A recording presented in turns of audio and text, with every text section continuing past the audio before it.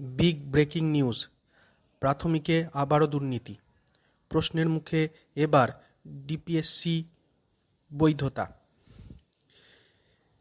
কলকাতা হাইকোর্টের রায়ে কি আছে, কিভাবে মামলার সূত্রপাত হলো, আদালতের পর্যবেক্ষণ কি, এই মামলার প্রভাব কতদূর বিস্তারিত, চলুন আমরা দেখে নিই।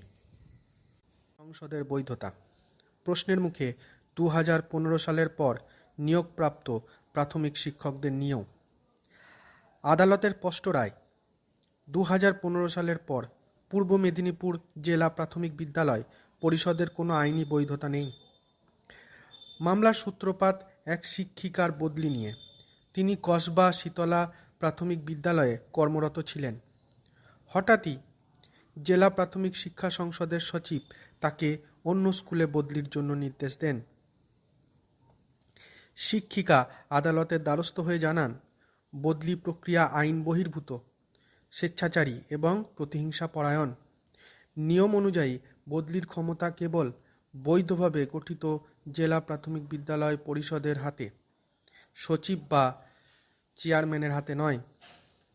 আদালত নথি যাচাই করে দেখতে চান, পূর্ব মেদিনীপুরে সর্বশেষ পরিষদ গঠিত হয়েছিল 2011 সালে, যার মেয়াদ শেষ হয়েছে 2015 সালে।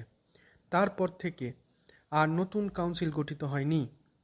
ফলে 2015 সালের পর থেকে জেলায় কোনো বৈধ কাউন্সিল নেই। আদালতের পর্যবেক্ষণ, সচিব কাউন্সিলের সদস্য নন, তাই তার হাতে বদলির ক্ষমতা নেই। পরিষদের মেয়াদ অনির্দিষ্টকালের জন্য বাড়ানো যায় না।